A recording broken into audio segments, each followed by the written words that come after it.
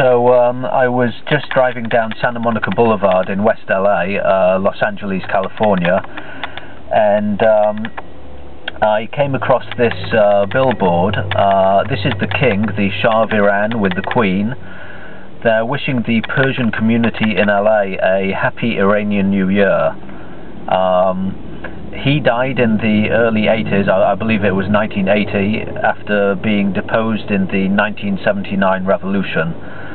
Unfortunately, that revolution just replaced a brutal corporate appeasing dictatorship with a religious one.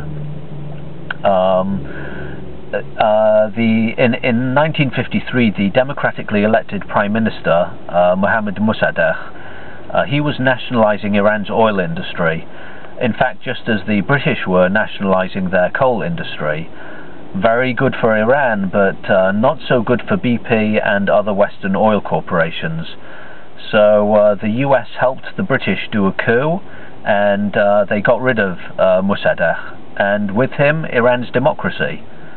They installed the Shah, who then unleashed about 25 years of one of the most ruthless and corrupt dictatorships in modern world history. The oil was sold off cheap, and the US sold him billions of dollars worth of armaments, and any whisper of dissent was brutally crushed. I think it's kind of as though there was a huge billboard of General Pinochet, who of course also came to power in a US-backed coup of a democratic government. What if he was standing here, with all his self-appointed medals, wishing the wealthy Chilean elites in LA a happy new year? Wouldn't that be obscene and disgusting? But somehow most Persians in LA don't seem to have a problem here.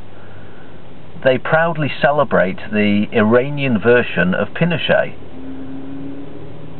Isn't it sad to see the Iranian community in the West gorging their egos on right-wing ideologies and openly flaunting their admiration for characters and regimes that epitomize corporate imperialism? You know, at least many of the evangelical Christians who hold similarly morally bankrupt views have the, albeit not good enough, excuse of having low levels of education and living in small, culturally homogeneous towns. By contrast, the Persian community in the West is unusually highly educated, very literate, extremely professional, and live in culturally diverse cities. What's their excuse for embracing ideologies that, frankly, aren't a long way from being fascistic? Shouldn't they be ashamed of themselves?